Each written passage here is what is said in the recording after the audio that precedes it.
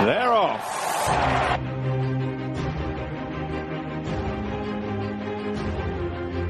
All covered, all round, all racing. Franco won the Champion Stakes and lives up to the title.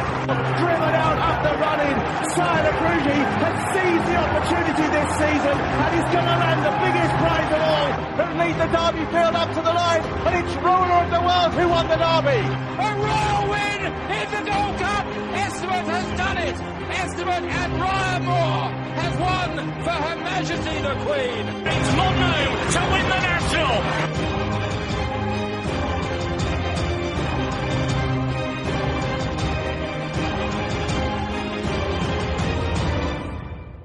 You're listening to Picks from the Paddock podcast. You are indeed listening to the Picks from the Paddock podcast. As always, me, Rory Paddock. We've got a full house this evening. We've got Chris Connolly back, David Weldon and Carl. Obviously, lads, we'll jump straight into things. Last podcast was our York Ebor Festival special. A couple of winners thanks to Carl, a couple of places here and there. If you got on them, then fantastic. But we'll take a look back at those 4 days, chaps. Start, obviously, with one of the biggest surprises and the biggest shocks of the 4 days, and it was Golden Horn's defeat. I'll come to you first, Chris. What do you think it was the biggest attributing factor to that horse's loss? Was it the ground? Was it the ride? Was it a hard season? Was it just a case that the winner found something from absolutely nowhere? Where would you apportion the blame? I think there's loads of contributing factors. I think all of them probably sandwiched into one to make a good excuse. It's had a hard season. I'm wary of backing up some winners going on in the season. So, the Derby takes a lot out of them, but the ride Frankie gave it, he was fighting with it for the first 3-4 furlongs. I think John Gosden said afterwards that he weren't happy with that. And he got too far behind in the race on ground that he probably didn't like. And, Arabian Queen, to be fair to her, fought it out well at the end, but I think if they rode the race again, I think there'd be a different winner. Dave, I'll come to you. You're the owner, and I know that obviously the team obviously forked out £75,000 just to have a pacemaker in Dick Doughty-Wiley.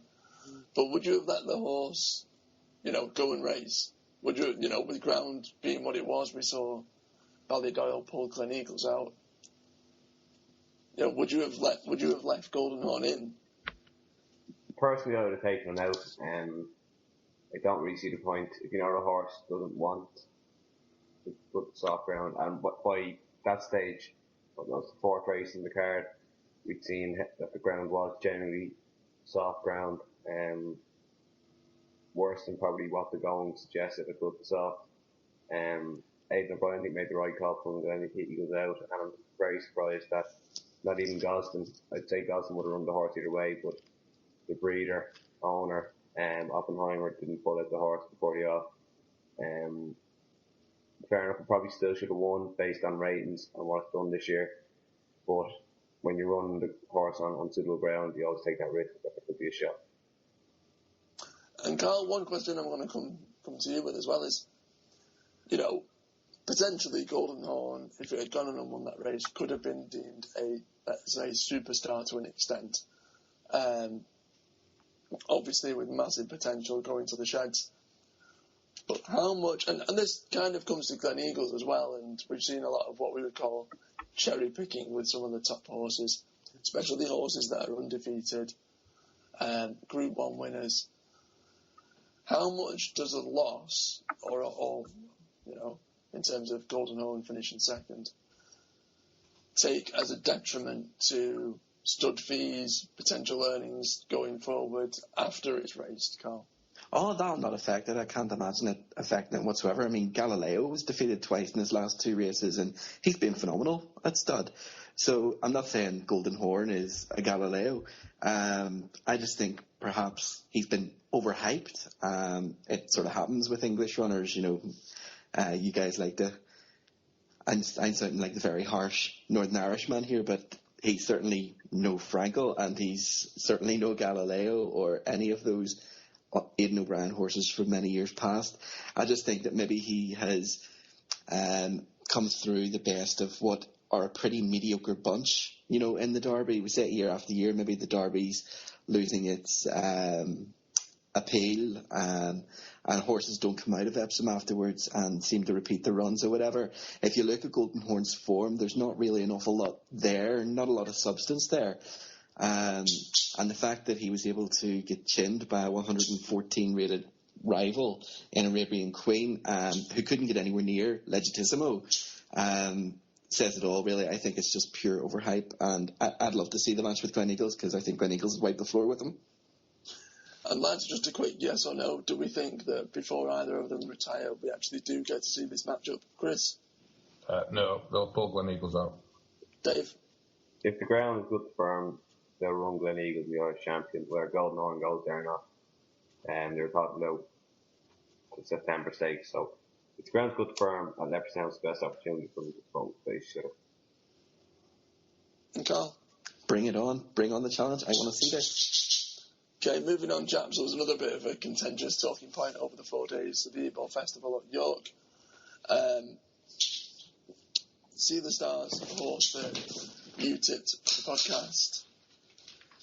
Storm the Stars even, that you tipped for the podcast. Went and won, albeit in contentious fashion, when, for those that didn't see the race, it travelled across the track from right to left, and took Bondi Beach with it. There was an inquiry, and Storm the Stars kept the race. I'll come to you first, Dave. Correct decision?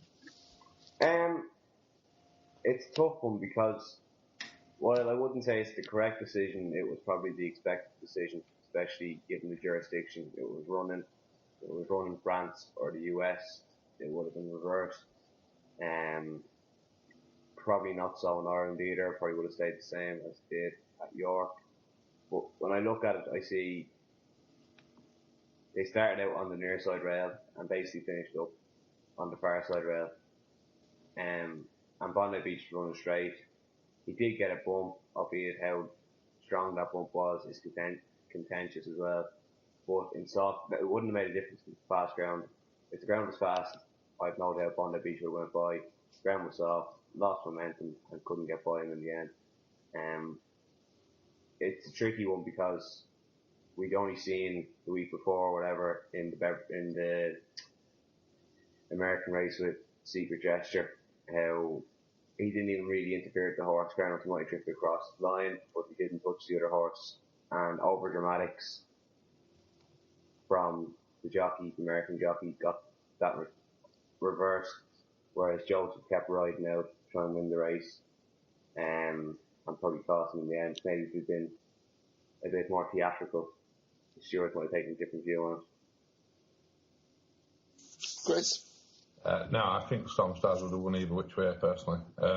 They did drift across the track, and it was, Storm Stars who initiated the drift, but they was both drifting across anyway, and York's a track like that. It's a dead end at the end, so the only way out for them is to the left. So it's not a real big excuse, but a lot of horses do it at York. Pat Cosgrave probably should have changed his whip. He had it in the wrong hand. He continued to hit the horse, but it was a half-length victory, and he looked strong at the end, Storm Stars, so I think he'd have definitely won whether he hung or not, and I think the stewards were right in leaving it. And finally, Carl? No, I think we're going to agree to disagree with that. I think with what Pat Cosgrave did, he knew exactly what he was doing. Kieran Fallon used to do it years ago, and he, took the horse across the track, Bondi Beach. Joseph O'Brien couldn't ride his race out to, whatever way he was going to finish, couldn't ride his race, and I think that just cost, Bondi Beach the race. I do think with a clear run he would have got there. I want to be a bit of a fence sitter, but I do think Bondi Beach would have been a lot closer. I think it's a hard one, like Dave said, in the sense that Pat Cosgrave should have had his whip in the other hand. Whether it's intentional, only Pat Cosgrave knows. You can either agree or disagree on that. But I think, let's be honest, if Bondi Beach isn't being interfered with, it's going to get a clearer run and a straighter run. If it's then obvious that was veering left anyway, then we can come to that conclusion. Obviously, the pair of them look set to meet again in the St. Ledger. So again, chaps, I'll come to you first, Carl. Mm-hmm. Out of the two of them, who are you going to be siding with if you had to put a bet on now? Well, I think Bondi Beach is less exposed than Storm the Stars. Wrong horse there. And I think he's obviously the one to take out of the race. He'll be better suited by the likely ground that he's going to get at Doncaster. So I think if he goes there, I think the stable have another better fancied runner there that won nicely last weekend in Order of St. George. But if he does turn up, Bondi Beach I would take him to finish in front of Storm the Stars. And Dave, Carl's obviously touched upon it there, with the likelihood that O'Brien has perhaps another one or two to go towards the St. Ledger with. Would you be confident backing Bondi Beach over Storm the Stars, knowing that Bondi Beach may not necessarily be Ballydoyle's first choice runner? It wouldn't really bother me because Joseph will probably ride or St. George, or you get Shamey Heffernan on Bondi Beach, and he's done a fair enough job on previously in the past, so he can get one of O'Brien on him. It's not a bad thing either. I'd probably just side with Bondi Beach. I don't think Storm the Stars will see out the trip as well. Bondi Beach and both Order St. George have proven top class form over 1 mile 6, so I think it's the moment there to take out of the race. And Chris, same question to you, buddy. I think Doncaster will suit Storm the Stars. You know, they tend to stick to the left rail anyway, so if he's going to hang left, he's going to be against a rail. It's much easier track than York, put it that way. But he's improved pretty much every run Storm the Stars. He had a shocker in France, but before that he's got some strong form. He looks strong at the finish. You know, I'm not convinced he gets a mile 6, and I think Aidan O'Brien may have the winner in the favourite, but I would still say Storm Stars is a horse to beat, and I see him still beating Bondi Beach. Okay, that's obviously York. Come back after the break and we'll be talking more racing. Visit picksfromthepaddock.co.uk. All you need for racing. Obviously, we've looked back at York last week, but not just at York, but the rest of the racing, as we do with all podcasts. We have our weekly eye catchers. A horse that's run within the last 7 days, maybe a slightly bit longer, that we earmark, put in our notebook, and follow when it next runs or more. I'll chip in first of all. It's a horse that ran in the Gimcrack Stakes at York. It was only his second ever start. It came from Richard Fahey's yard. He's still yet to win a race, having finished second on its racecourse debut, and also second in the Gimcrack at 25-1. It's called Ribchester. I like the way that it battled and it finished very nicely in that race. I think Fahey will probably look for a less competitive race next time, and with that in mind, it should probably pick up its win. I doubt the likes of a 25-1 price tag will be seen again for this horse after such a decent performance, but I think he's going to probably be there or thereabouts, and I would probably back it the next 2 times it races. So that's Ribchester from the Richard Fahey stable. Come to you first, Dave. What's your eye catcher of the week? Yeah, mine's a horse that won on Sunday in Curra, won one of the big 2-year-old races there. Now, the race probably cut up a fair bit due to the softening conditions, but I liked how this horse battled on in probably ground that it wouldn't really suit it. It's Herald the Dawn. It's a full brother to Dawn Approach of Jim Bulger's. I beat a horse I rate really highly in Now or Never on Sunday, who had won very impressively at Galway. I just think this horse is where you want to follow, but even looking with a longer distance view to next season. But it'd be well entered up in all the Group 1s coming towards the end of the season, at Champions weekends and stuff like that. And I'd be very surprised if they didn't pick up at least another win this season. And Chris? Yeah, I've got a couple. I've got one from York. It was Kalina in the big handicap. For me, he got a disastrous ride. Gary Halpin way too quick throughout, and he kicked far too soon. He was totally in command, 4 or 5 lengths clear going into the final furlong, but he'd gone too quick. Doncaster, there'll be a race there for him. I think, he might bounce next time, he might bounce the next couple of times, but I think Doncaster will be a plan for him, and he will take all the beating. I wouldn't want Gary Halfley on board after that, to be fair, but Doncaster's definitely the place for him.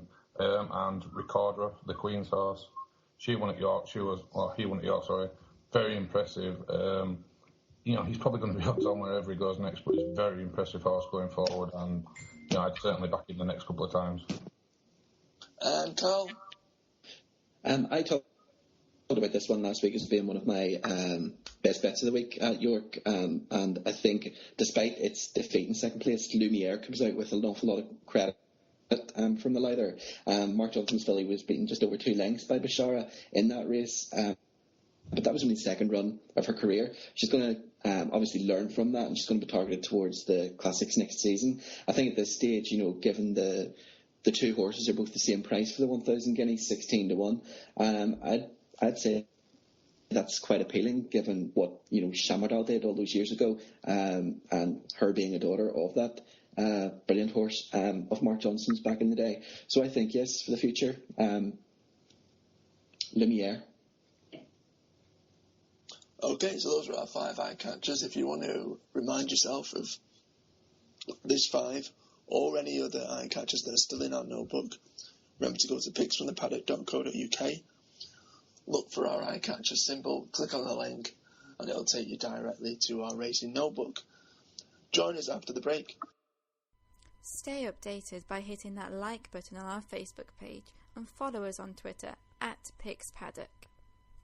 Welcome back, and looking ahead now to Saturday's action. We've got quite a lot of racing over both Saturday and Sunday, with group races on the Sunday, not just from Ireland but also in Goodwood. We've all picked just a race each, basically our nap of the weekend, as it were. We'll go in time order. Chris, on the Saturday, you've got the Beverley Bullet. Where's your money going and why? Yeah, this is going to be a hotly run race. You've got horses like Poil Vinny, Tangerine Trees. They're going to go off like Scalded Cats, and they're going to set it up. So Kingsgate Native, he's won at the course before, go on any ground. He'll be somewhere near the pace, and at 8 to 1, I think he's a cracking each way, but I can't see him being out of the top 3. That's Kingsgate Native. Personally, I'd throw in a horse that you mentioned. I think Tangerine Trees, although he's now at the age of 10, he's got course and distance form. I think that could surprise a few, and perhaps sneak a place. Sticking with the Saturday, though, we've got the March Stakes from Goodwood. Carl, what do you like in this? Don't knock the pensioners, Rory. I'm going for Forgot Voice in the 310 at Goodwood. Genuine Good Grounder Better will suit Nicky Henderson's charge. Jim Crowley's been booked to ride, and he's also a previous course winner.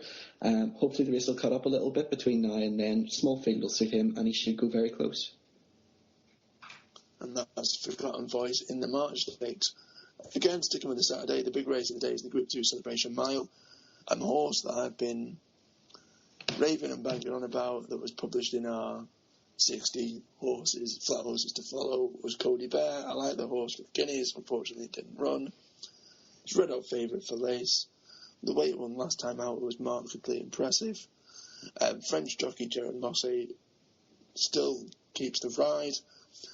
It is 11 to 10, I think, best price, but I think that's reflective of its chances. The field itself isn't up to an awful lot and should definitely win a race of that sort of nature. The one horse, if I had to flag anything to potentially oppose it, would be the Godolphin horse. Hasn't run this year, but could, if it's shown any of its improvement from its 2-year-old days, could possibly squeak a place. But I think I definitely have to stick with Clive Cox's favourite. Moving on to Sunday, and one of the big races over at the Curragh is the Irish Cambridgeshire. There's still 41 declared, Dave, but you still like the look of one. Who is it? Yeah, it's Portage for Mick Halford and Godolphin. William Buick won on this horse the last time in a race over at Ascot after flopping at the Royal Ascot meeting. And he won fairly closely.